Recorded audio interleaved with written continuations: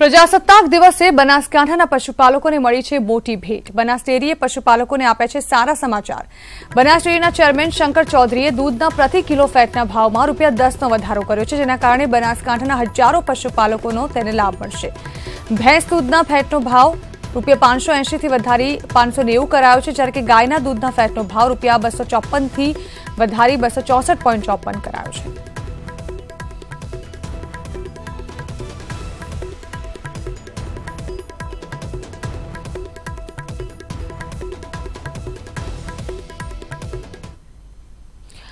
કચ્છમાં દૂધનું ઉત્પાદન વધ્યું છે, ઘટ્યું નથી। આ નિવેદન આપ્યું છે રાજ્યમંત્રી વાસણ આહિરે। સાથે જ તેમણે કહ્યું કે કચ્છના માલધારીઓની હિજરત કોઈ બીજા કારણોસર હશે।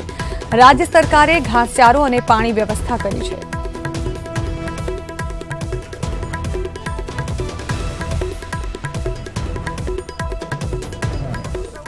ના અમારું દૂધ ઉત્પાદન તો સામેથી વધે છે।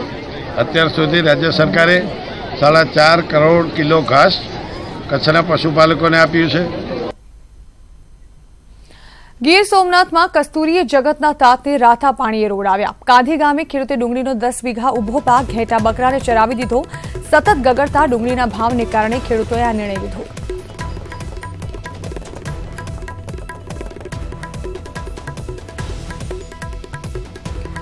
જગતના તાતને જાણે કે કસ્તુરીએ રાતા પાણીએ રોડાવ્યા હોય તેવો ઘાટ સર્જાયો। અહીં ડુંગળીનો પાક તો લેવામાં આવ્યો, પરંતુ ત્યારબાદ તેને ઘેટા બકરાને ખવડાવવાની ફરજ પડી ગઈ, કારણ કે જે પ્રકારે ડુંગળીના ભાવ માર્કેટમાં મળી રહ્યા છે ખેડૂતોને, તેના કરતાં તેઓની પડતર કિંમત વધારે છે, જેના કારણે તેઓ આ ડુંગળી જે છે તે વેચી પણ નથી રહ્યા।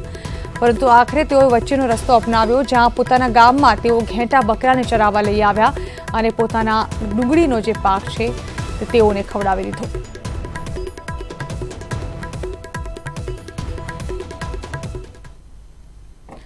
થરાદના મહાજનપુરા 4 રસ્તા પાસે પાણીની લાઇનમાં લીકેજ થતા લાખો લીટર પીવાનું પાણી વેડફાઈ ગયું, ત્યારે મોટાભાગનું પાણી ઘર અને રસ્તાઓ પર પ્રસરી ગયું છે।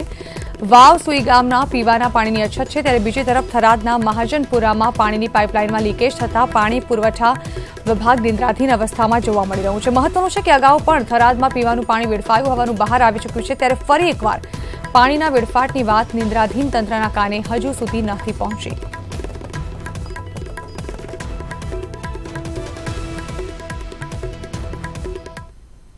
દાહોદમાં મહિલાને માર મારતો વિડીયો વાયરલ થયો છે। આ વિડીયો દાહોદના નાની ખરજ ગામનો હોવાનું બહાર આવ્યું છે। દાહોદની અપરિણીતા અન્ય યુવક સાથે ભાગી જતા તેના પતિ સહિત સાસરિયાઓએ વાળ કાપી તેને માર માર્યો હતો।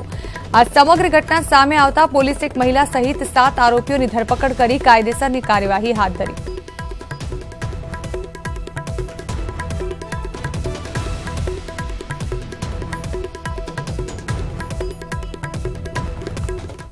બારડોલી વાવ ગામે હત્યા કરાયેલી અજાણ્યા ઈસમનો મૃતદેહ મળી આવ્યો। રોડથી 200 કિલોમીટરના અંતરમાં મળી આવ્યો છે આ મૃતદેહ, જ્યાં તીક્ષ્ણ હત્યાના ઘા ઝીંકેલા જોવા મળ્યા છે। પોલીસે આ ઘટના સ્થળે પહોંચી હાલ તેની તપાસ હાથ ધરી છે।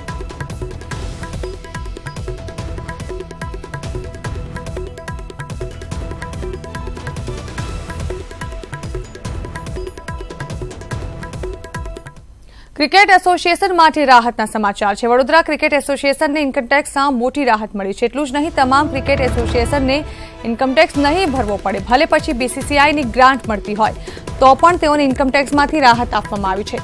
આઈટી ટ્રિબ્યુનલના મહત્વના ચુકાદાથી બરોડા ક્રિકેટ એસોસિએશનને 62 કરોડનો ફાયદો થશે।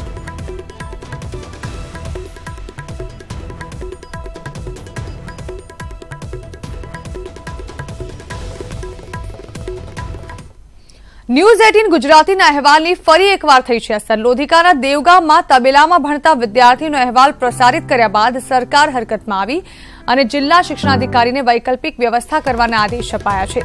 મહત્વનું છે કે છેલ્લા 1 વર્ષથી 125 બાળકો શાળાની છત ન હોવાથી મંદિર, તબેલા અને અન્ય જગ્યાએ અભ્યાસ કરતા હતા।